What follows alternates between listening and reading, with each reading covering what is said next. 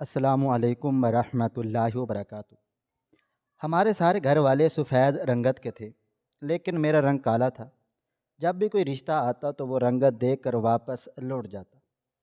میرے چھوٹے بہن بھائیوں کی شادی ہو چکی تھی اور میری عمر اب 35 سال تھی۔ لوگ میرا مذاق اڑاتے تھے۔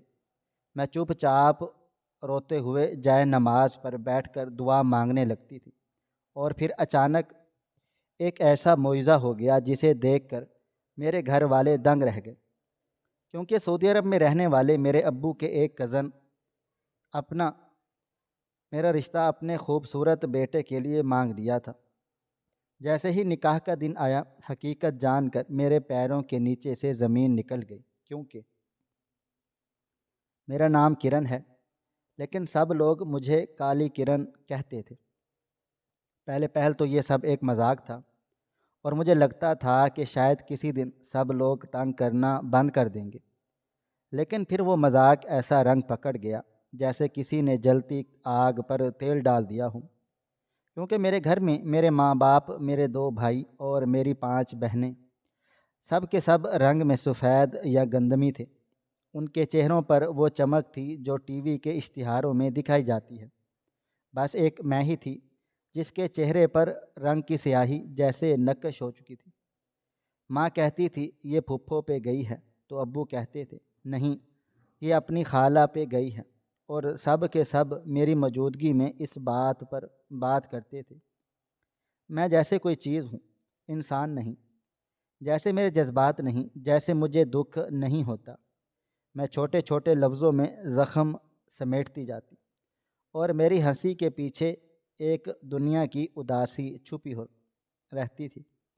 میں کوشش کرتی تھی کہ اپنے ماں باپ کا دل جیت سکوں، اپنی بہنوں کی طرح بن سکوں، لیکن وہ کبھی مجھے ویسا نہ سمجھتی تھی جیسے باقی بہنیں تھیں۔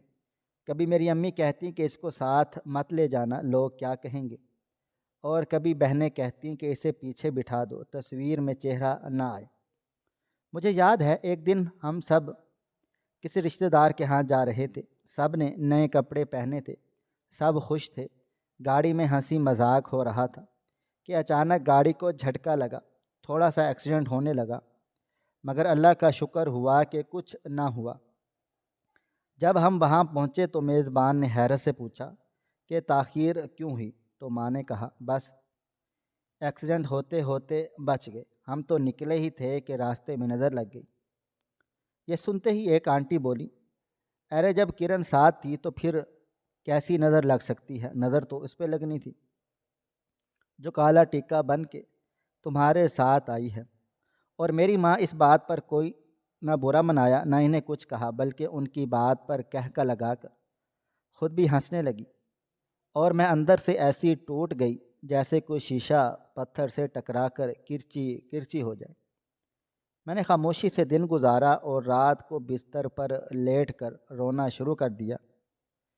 میری آنکھوں سے آنسو نکلتے تکیے کو بھگو دیتے تھے، اور جب صبح ہوتی تو ماں پوچھتی یہ تکیہ گیلا کیوں ہوتا ہے۔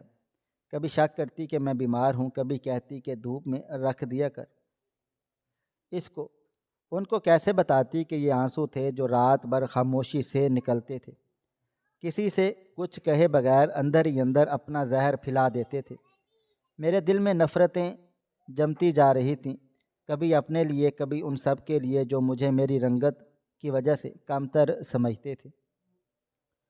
کبھی سوچتی کہ کاش میں گوری پیدا ہوئی ہوتی تو شاید زندگی کچھ اور ہوتی، لیکن پھر یہی سوچ آتی کہ میں کچھ بھی کر لوں، ان کے لیے میں ہمیشہ وہی کالی کرن رہوں گی۔ اور پھر جب میں تھوڑی بڑی ہوئی، جوانی کی دہلیز پہ قدم رکھا، تو زندگی کی نئی اذیتوں نے میرا دروازہ کھٹکھٹانا شروع کیا، اور ان میں سب سے پہلی اذیت وہ تھی جس کا نام رشتہ تھا۔ لوگ آتے، مجھے دیکھتے اور چلے جاتے، جیسے میں کوئی شو پیس ہوں جسے دیکھا اور پسند نہ آیا تو چھوڑ دیا جائے۔ میری ماں ہر بار میرے لیے رشتے تلاش کرتی، اور جب کوئی آ کر انکار کرتا تو وہ مجھے ہی کوستی کہ تیرے نصیب میں کچھ ہے ہی نہیں۔ جب بہنوں کے رشتے آتے تو میرے لیے سب کی نظریں بدل جاتی کہ اس کو پیچھے کر دو، اس کو چھپا دو، کہیں اس کی وجہ سے رشتہ نہ ٹوٹ جائے۔ اور میں اندر ہی اندر اتنا کچھ سہ گئی تھی کہ اب آنسو بھی میرے دشمن ہو گئے تھے۔ میری دعائیں بھی سننے سے انکار کر چکی تھی۔ میرے نصیب میں صرف انکار تھا، صرف تضحیک تھی، صرف نفرت تھی، اور سب سے بڑھ کر یہ احساس کہ میں اس گھر کی سب سے ناکام فرد ہوں، جس کی زندگی کی کوئی قیمت نہیں۔ ایک دفعہ تو یہاں تک ہو گیا کہ جب ایک رشتہ آیا تو مجھے دیکھتے ہی ان لوگوں نے صاف لفظوں میں کہہ دیا کہ ہمیں آپ کی بیٹی پسند نہیں آئی، کیونکہ ہمارے بیٹے کا رنگ صاف ہے اور آپ کی بیٹی ذرا سانولی ہے، بلکہ کچھ زیادہ ہی سانولی ہے۔ آپ ہمیں اپنی چھوٹی بیٹی کا رشتہ دے دیں، ہمیں تو وہ پسند آ گئی ہے۔ میری آنکھوں کے سامنے میری چھوٹی بہن کو پسند کر لیا گیا، حالانکہ اس کی عمر بھی ابھی شادی کے قابل نہیں تھی اور نہ ہی گھر میں اس کی باری آئی تھی، لیکن ماں باپ یہ کہتے ہوئے ہاں کر دی کہ رشتہ بہت اچھا ہے، کہیں ہاتھ سے نہ نکل جائے۔ اور میں اس سارے عمل میں ایک بے وقت خاموش تماشائی بن کر رہ گئی، جسے سب نے دیکھا، سنا بھی اور نظر انداز بھی کر دیا۔ میری چھوٹی بہن کی شادی دھوم دھام سے ہو گئی، سب نے خوشیاں منائی، اور میں اس دوران صرف اندر ہی اندر گھٹتی رہی۔ میری ذات کی تذلیل اس دن مکمل ہو گئی جب اس نے شادی کے دن مجھے گلے لگا کر کہا، دعا کرنا باجی، میری نئی زندگی اچھی گزرے، اور میں نے اس کے ماتھے پر پیار کیا اور منہ پھیر کر آنسوؤں کو چھپانے کی ناکام کوشش کی۔ شادی کے کچھ ہی ماہ بعد ایک دن میری ماں نے ابو سے کہا کہ میں نے کرن کے لیے ایک رشتہ بلایا ہے، تو ابو نے فوراً سے کہا، فضول میں بلاتی ہو، کوئی پسند تو نہیں کرتا ہے، چائے پانی کا خرچہ الگ، اور بعد میں ہفتے بھر تک اس کا منہ بنا رہتا ہے جیسے ہم نے کوئی جرم کیا ہو۔ ماں نے کہا کہ اس کا منہ تو ویسے ہی بنا رہتا ہے، پتہ نہیں جن لوگوں کو اللہ تعالیٰ نے حسن نہیں دیا ان میں اتنا غرور کیوں ہوتا ہے۔ خیر، اس بار جس لڑکے کو بلایا ہے اس کا رنگ بھی ہمارے کرن کے جیسا ہی کالا ہے، تو ان کو کوئی اعتراض نہیں ہوگا، اور کالا کالی کی جوڑی اچھی لگے گی۔ ابو نے ہاں میں ہاں ملائی اور کہا کہ اس بار عقل سے کام لیا ہے، اگر ہلکی سی بھی ہری جھنڈی دکھائے تو فوراً سے ہاں کر دینا۔ میں یہ سب باتیں سن رہی تھی، میرے دل پر ایک بار پھر چوٹ لگی، لیکن میں نے دل کو سمجھایا کہ اگر وہ شخص بھی کالا ہے تو یقیناً اسے بھی میری طرح عمر بھر کی باتیں سننی پڑی ہوں گی، اور شاید وہ میرے درد کو سمجھ سکے گا۔ اگر وہ مجھے قبول کرتا ہے تو میں انکار نہیں کروں گی، کیونکہ میرے نزدیک رنگت کچھ معنی نہیں رکھتی، انسان کی سوچ، انسانیت اور سلوک اہم ہوتے ہیں۔ لیکن دنیا اس بات کو کب مانتی ہے؟ شام کو جب وہ لوگ آئے تو ان کے ساتھ لڑکا بھی تھا، کیونکہ وہ لوگ باہر کے ملک سے آئے ہوئے تھے اور جلدی میں تھے، اس لیے لڑکے کو بھی ساتھ لے کر آئے تاکہ وہ بھی مجھے دیکھ لے۔ بابا جان نے خوش دلی سے کہا کہ کوئی بات نہیں، ہم سمجھ سکتے ہیں آپ کے وقت کی اہمیت۔ میں نے جیسے ہی اس لڑکے کو دیکھا تو دل ہی دل میں سوچا کہ واقعی اس کا رنگ بھی میرے جیسا ہی ہے، بلکہ میں شاید تھوڑی بہتر ہوں رنگت کے لحاظ سے۔ لیکن جب لڑکے نے اپنی ماں کی طرف چہرہ کر کے ناپسندگی سر ہی لایا تو اس کی ماں نے کہا کہ لگتا ہے کہ آپ نے تصویر میں کوئی فلٹر لگا کر بھیجا تھا، ہمیں تو لگا کہ گوری لڑکی ہے، یہ تو بالکل ہی کالی ہے۔ میری چھوٹی بہن بھی وہیں بیٹھی ہوئی تھی، ویسے بھی منہ پھٹ تھی اور تھوڑی بہت مجھ سے دوستی بھی رکھتی تھی۔ کہنے لگی، آنٹی جی، بیٹا تو آپ کا بھی کالا ہی ہے۔ اس پر وہ عورت کچھ برا مان گئی اور فوراً سے بولی کہ بیٹا، مردوں کی شکل کون دیکھتا ہے، مرد چاہے کالے ہوں، نیلے ہوں یا پرپل رنگ کے ہوں، ان کی کمائی دیکھی جاتی ہے۔ ہمارے پاس تو گھر بھی باہر کے ممالک میں ہیں، اپنی گاڑیاں ہیں، سب کچھ ہے، اور آپ لوگ ہمیں ایک ایسی کالی کلوٹی لڑکی دے رہی ہیں جیسے وہاں باہر کے لوگ دیکھیں گے تو اور بھی کالا سمجھیں گے اور پوچھیں گے کہ کیا کوڑے سے اٹھا کر لائے ہو۔ میں اپنی جگہ پر ساکت رہ گئی۔ میرے ابو کو بھی غصہ آیا، لیکن انہوں نے ضبط کیا اور کہا، ٹھیک ہے، اگر آپ کو پسند نہیں آیا تو کوئی بات نہیں، چائے پانی پی لیجئے اور جانے کا وقت ہو گیا ہے۔ وہ لوگ کچھ بڑبڑاتے ہوئے اٹھے اور چلے گئے۔ میں اس کے بعد ضبط کا بندھن توڑ بیٹھی اور زاروں قطار رونے لگی۔ اماں نے جھلا کر کہا کہ اب کیا روتی ہے؟ 1000 بار کہا ہے اپنے چہرے پر کچھ لگایا کر۔ تیری نانی نے جو کریم بھیجی تھی وہ بھی تو نے نہیں لگائی۔ جا اپنے کمرے میں جا اور وہاں رو، یہاں منحوسیت نہ پھیلا۔ میری چھوٹی بہن آئی، اس نے تسلی دی اور کہا چھوڑو باجی، جانے دو، دفع کرو۔ اب اگر کوئی اور رشتہ آئے تو آپ سامنے جانا ہی مت، اللہ خیر کرے گا، کچھ نہ کچھ ہو ہی جائے گا۔ میں اس کی بات سن کر مسکرانے کی کوشش کرتی، لیکن اندر کا دکھ، اندر کا زخم مجھے جینے نہیں دیتا تھا، کیونکہ میرے حصے میں بار بار صرف تذلیل آتی تھی، صرف تمسخر آتا تھا، صرف وہ جملے آتے تھے جو میری راتوں کی نیند اور دن کا سکون چھین لیتے تھے۔ بس میں نے اب ہار مان لی تھی۔ مجھے 18 دفعہ رشتہ دیکھنے کے بعد ریجیکٹ کر دیا گیا۔ یہ کوئی مذاق نہیں تھا، یہ میری زندگی کا وہ سچ تھا جس نے میرے اندر کی ساری امیدیں اور خواب چھین لیے تھے۔ میرے سر سے چھوٹے سے بہن بھائیوں کی شادیاں ہو چکی، ان کے بال بچے بھی ہو گئے۔ گھر میں اب صرف میں بچ گئی اور میرے اماں ابا بچ گئے۔ ایک بھائی جو باہر کے ملک میں کام کرتا تھا وہ سال میں 1 دفعہ آتا۔ دوسرا بھائی جو شادی کے بعد الگ ہو گیا تھا وہ کبھی کبھار ہی آتا تھا۔ گھر کی خدمت کے سارے کام میرے ہی ذمے تھے۔ کوئی مہمان آتا تو چائے پانی سے لے کر صفائی ستھرائی تک سب کچھ میں کرتی تھی۔ میں نے تو اب رشتے کے انتظار کو چھوڑ دیا۔ میں نے وہ سارے سپنے دل سے نکال دیے تھے جو بچپن سے ہر لڑکی اپنی آنکھوں میں سجاتی ہے۔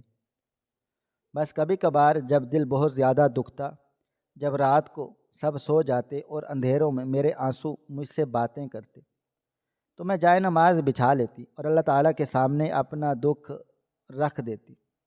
میں کہتی اے میرے اللہ، میرے دل کی حالت صرف تو جانتا ہے، میرے نصیب کا حال صرف تیرے ہاتھ میں ہے۔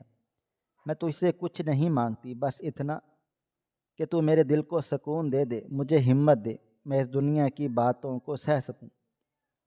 اور میں ایسے ہی اپنے رب سے راز و نیاز کرتی تھی کہ پھر ایک دن وہ معجزہ ہوا جس نے سب کو حیران و پریشان کر دیا تھا۔ بابا جان کا ایک پرانا دوست جو کبھی انہی کے محلے میں رہتا تھا اور ان کے ساتھ کالج میں پڑھتا تھا، کوئی 15 برس پہلے وہ سعودی عرب چلا گیا تھا اور وہیں بس گیا۔ اس کا فون آیا، اس نے بابا سے 2 گھنٹے تک بات کی۔ بابا نے اس سے سارے بچوں کا ذکر کیا کہ میرے اتنے سارے بچے ہیں، ان کی شادیاں ہو گئیں، سب خوش ہیں، اور تصویریں بھی اس کے ساتھ شیئر کی جن میں میری بھی تصویر تھی۔ وہ شخص بولا میری بھی 2 بیٹیاں تھیں، ان کی شادی ہو گئی ہے، اب ایک بیٹا ہے جس کی شادی کرنی ہے۔ جب بابا نے اس کے بیٹے کی تصویر دیکھی تو سب کو دکھائی اور کہا کہ دیکھو یہ کریم کا بیٹا ہے، کتنا خوبصورت ہے، گورا چٹا گبرو نوجوان ہے، جو کبھی میرے ہاتھوں میں کھیلا کودا کرتا تھا۔ ہم سب حیران تھے کہ واقعی وہ بہت ہی خوبصورت اور پڑھے لکھے انداز کا لڑکا تھا۔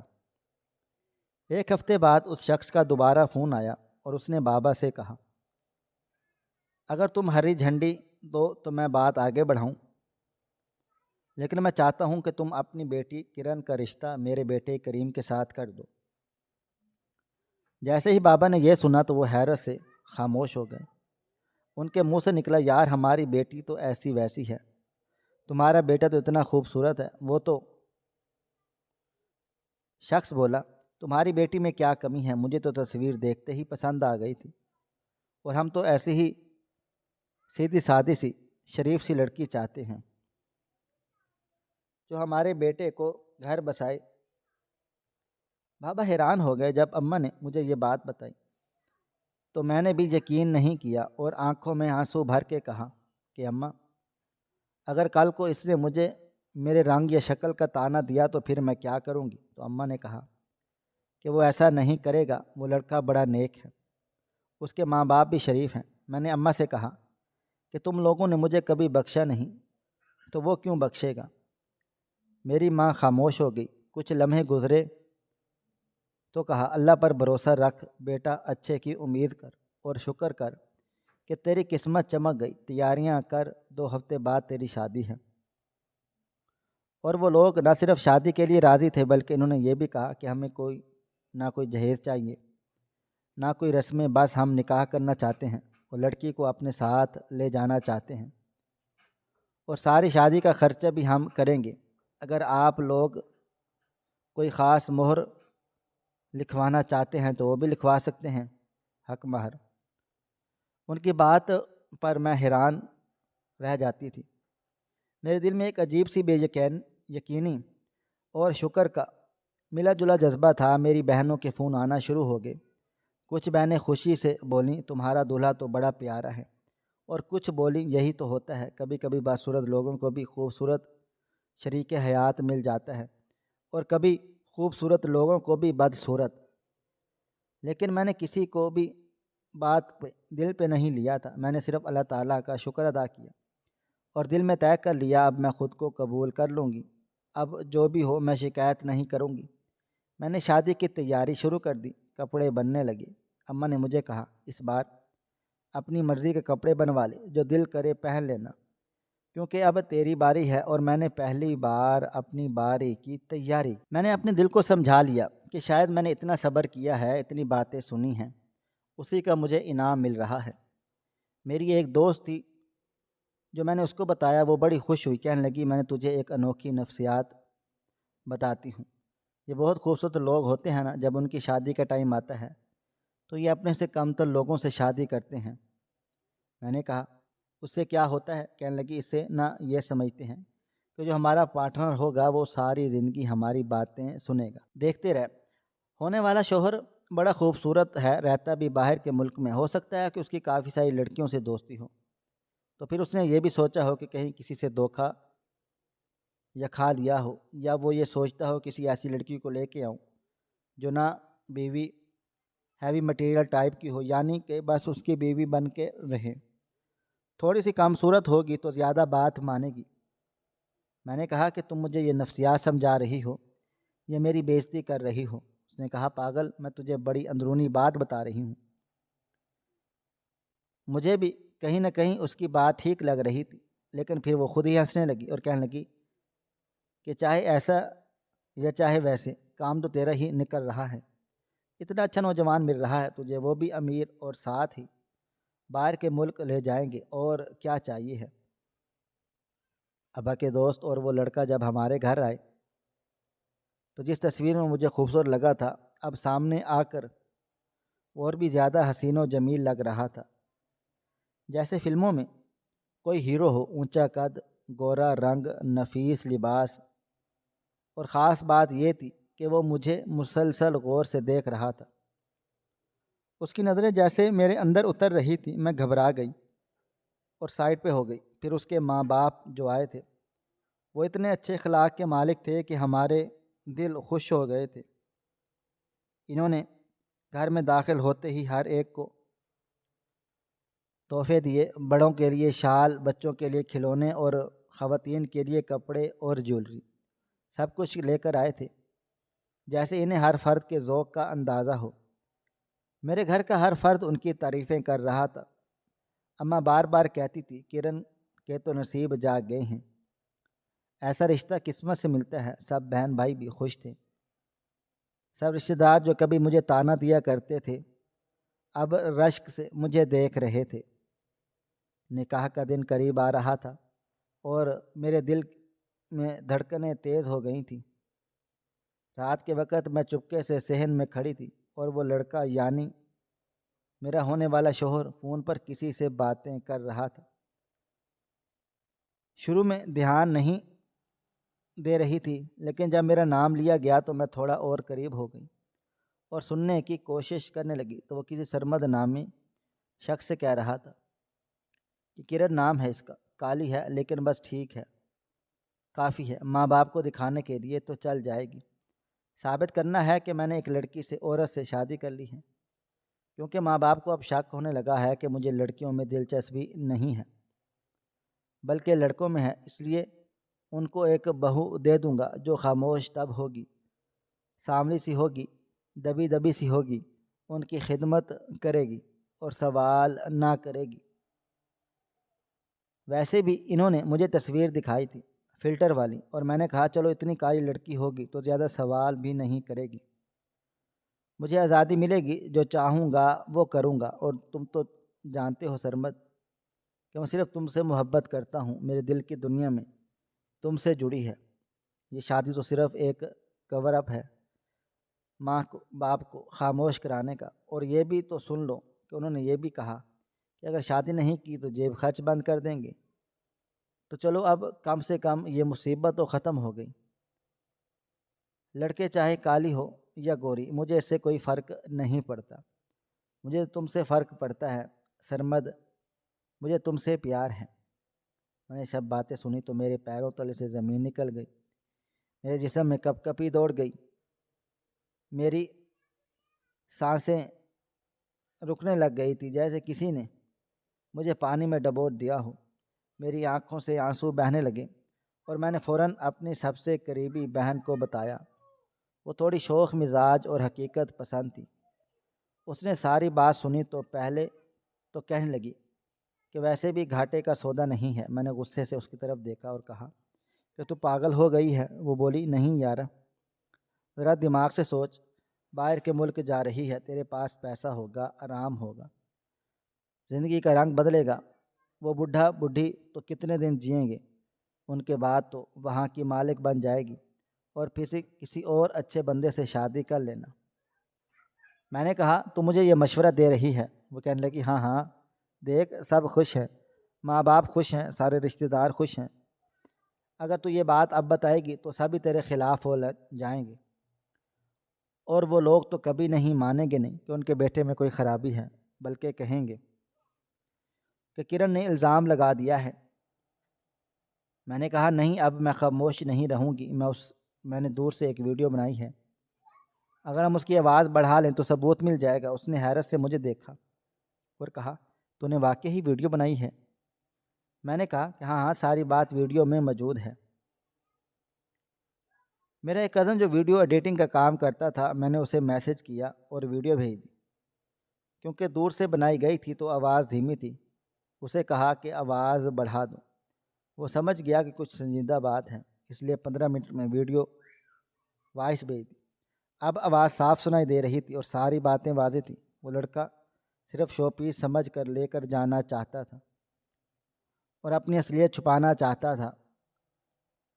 میرے دل میں تکلیف بھی تھی اور غصہ بھی تھا، لیکن اب میرے پاس ثبوت تھا، اب میں فیصلہ کر سکتی تھی کہ کیا کرنا ہے کیا نہیں۔ میری خاموشی کی قیمت اب میرے وقار سے زیادہ نہیں تھی۔ میں نے دل میں طے کر لیا تھا کہ سب کچھ سامنے لاؤں گی، چاہے کچھ بھی ہو جائے۔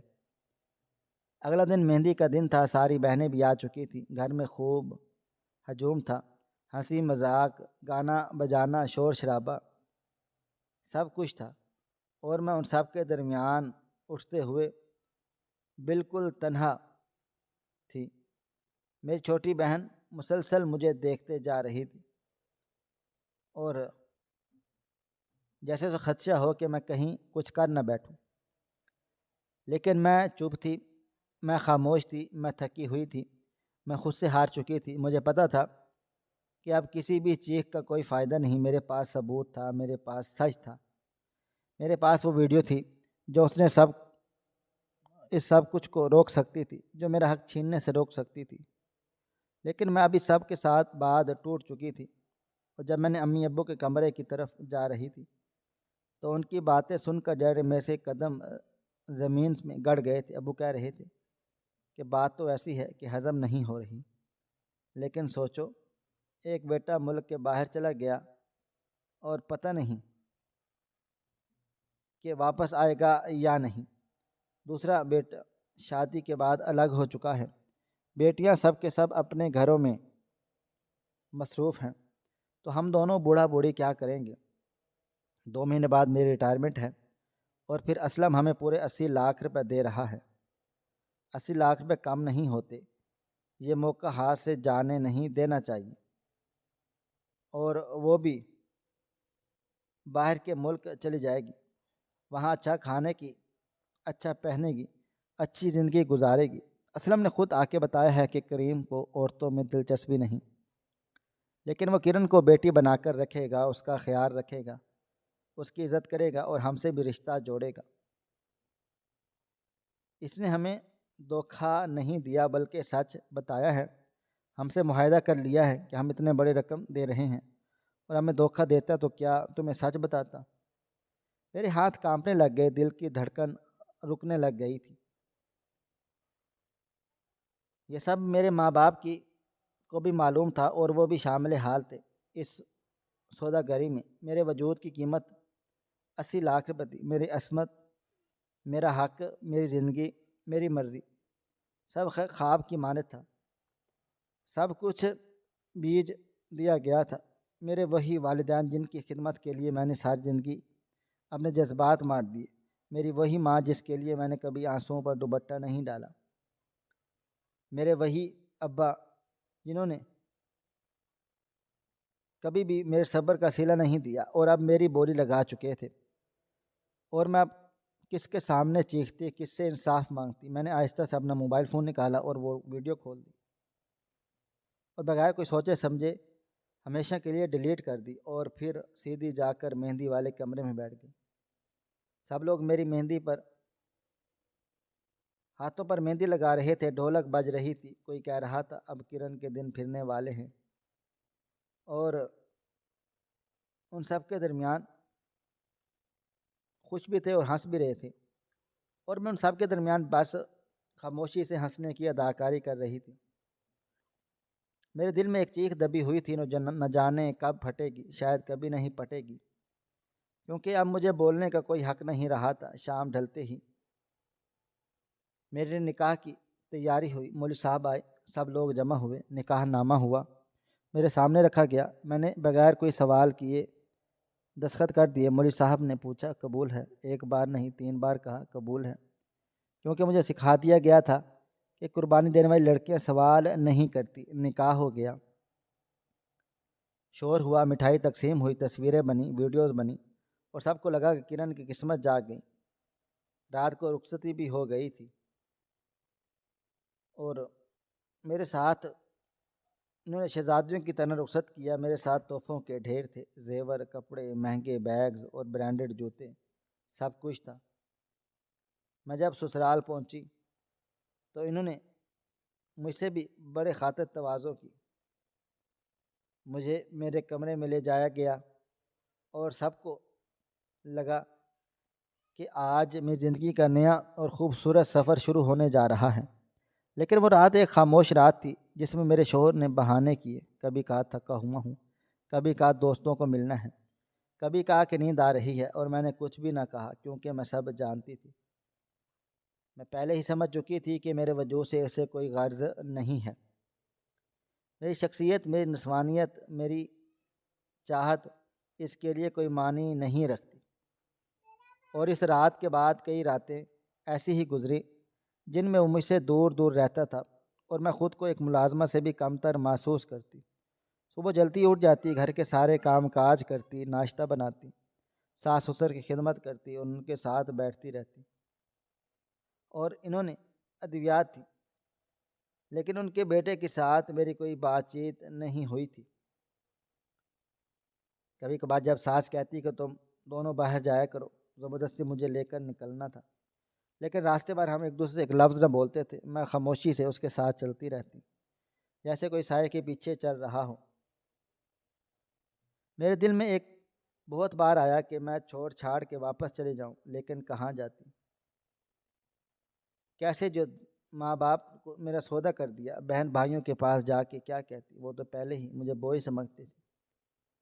تو اب کہیں کی بھی نہ رہی تھی، اس گھر کی ہو کر بھی بے دخل ہو گئی تھی، اس رشتے کی ہو کر بھی بے رشتہ تھی، شوہر کی بیوی ہو کر بھی میں تنہا تھی۔ میں نے اپنا دل مار لیا تھا۔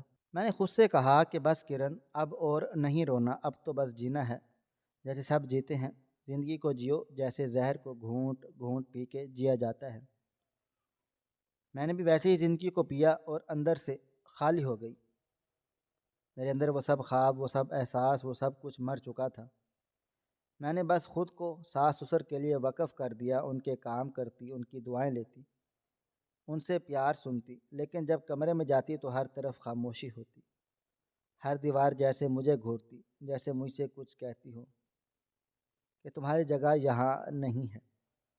لیکن میرے پاس اور کوئی جگہ بھی نہیں تھی، نہ کوئی سہارا تھا، اور میں جانتی تھی کہ اگر میں نے اب بھی ہمت توڑ دی تو شاید واقعی ہی پاگل ہو جاؤں گی۔ اس کے لیے میں نے جینا سیکھ لیا تھا، اور ایسے جیسے سہاگن ہونے کا دکھ جھیلنا ہوتا ہے۔ میں ایک ایسی سہاگن تھی جس کے سہاگ کو اس سے میں دلچسپی نہ تھی، میری شادی شدہ زندگی تھی ہی نہیں، لیکن میں پھر بھی شادی شدہ تھی۔ میں نے سب کچھ برداشت کیا کیونکہ مجھے اب کسی خوشی کی امید نہیں تھی۔ میں بس زندہ تھی، سانس لیتی تھی، دن رات کو رات سمجھ کر گزارتی تھی۔ کبھی کبھی جب کوئی مجھ سے پوچھتا کہ کیسی ہو تو میں مسکرا کر کہہ دیتی الحمدللہ۔ میں نے سیکھ لیا تھا اپنے زخموں پر مرہم خود رکھنا ہوتا ہے، اور دکھ کسی سے بانٹنے کا مطلب ہوتا ہے نئی زبانیں سننا اور نئے تانے سہنا۔ اس لیے میں نے اپنی ذات کے گرد خاموشی کی ایک دیوار کھڑی کر دی، جس کے باہر آر پار کوئی آ جا نہیں سکتا تھا، اور نہ میں کسی کو اندر بلاتی تھی، کیونکہ مجھے معلوم تھا کہ سچائی صرف دکھ دیتی ہے، اور دکھ بانٹنے سے کم نہیں ہوتا، بڑھ جاتا ہے۔ اس لیے میں چپ چاپ رہی اور زندگی کو گزارتی رہ گئی۔ یہ بات میری چھوٹی بہن کو بھی پتہ تھی۔ میرے شوہر کو عورتوں میں کوئی خاص دلچسپی نہیں تھی، اور وہ مجھ سے صرف ایک دکھاوے کی شادی کر کے مجھے اپنے ماں باپ کے لیے لے گیا، اور وہی چھوٹی بہن جس نے شروع میں مجھے سب سے چھپانے کا مشورہ دیا، اب آہستہ آہستہ اس کے سامنے میں نے یہ کہنا شروع کر دیا کہ وہ میرا شوہر بالکل ٹھیک ٹھاک ہو گیا، مجھ سے محبت کرتا ہے، میرے ساتھ اچھا سلوک کرتا ہے، باہر بھی لے کر جاتا ہے، تحفے بھی دیتا ہے۔ حالانکہ ایسا کچھ بھی نہیں تھا، لیکن میں نے سوچ لیا تھا جو کچھ میرے ساتھ ہو چکا اس کو لے کر اب شور نہیں کرنا۔ جو میرے نصیب میں لکھا تھا وہ مل گیا ہے، اور اب بس اسے جینا ہے جیسے جینا آ جائے، اور وقت کے ساتھ ساتھ میں نے اس جینے کو سہنا سیکھ لیا تھا۔ جب کبھی لوگ پوچھتے ہیں کہ اتنی دیر ہو گئی تمہاری شادی کو لیکن ابھی تک کوئی اولاد کیوں نہیں ہوئی، تو میں مسکرا کر کہہ دیتی میرے اندر کچھ مسئلہ ہے۔ میں نے اپنا الزام خود اپنے سر لے لیا تاکہ کسی اور پر سوال نہ اٹھے اور کسی کو میرے شوہر کے بارے میں کچھ پتہ نہ چلے۔ سب کہتے تھے کہ ہاں شادی بھی تو تمہاری بہت دیر سے ہوئی تھی، 35 سال کی عمر میں کہاں بچہ ہوتا ہے، تمہارا جسم تو تھک چکا ہے، تمہیں علاج کروانا چاہیے۔ لیکن میں خاموش رہتی تھی اور ان کی باتوں پر سر جھکا دیتی۔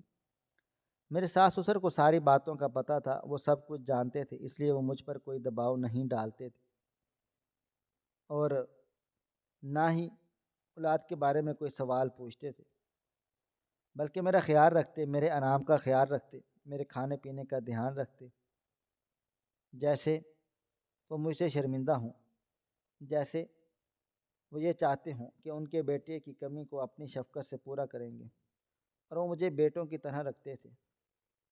میں بھی ان کی خدمت کرتی جیسے اپنے ساس سسر نہیں بلکہ والدین ہوں۔ جب وہ بیمار ہوتے تو میں ان کے لیے رات بھر جاگتی، ان کے پاؤں دباتی، ان کے کپڑے دھوتی، ان کے لیے پرہیزی کھانے بناتی، اور وہ میری ان قربانیوں پر میری ماں کے سر پر ہاتھ رکھ دیتی اور کہتی کہ بیٹی تم نے ہماری بیٹے سے بھی بہتر نکلی ہے، تو نے ہمیں بیٹی سے بڑھ کر مقام دیا، اور میں ان کی باتوں پر صرف مسکرا دیتی تھی۔ لیکن دل میں ایک ایسا خلا ہوتا ہے، ایک ایسا خالی پن ہوتا جو کوئی لفظ بھر نہیں سکتا تھا۔ میرے شوہر اب رسمی سا ہو گیا تھا، کمرے میں انہیں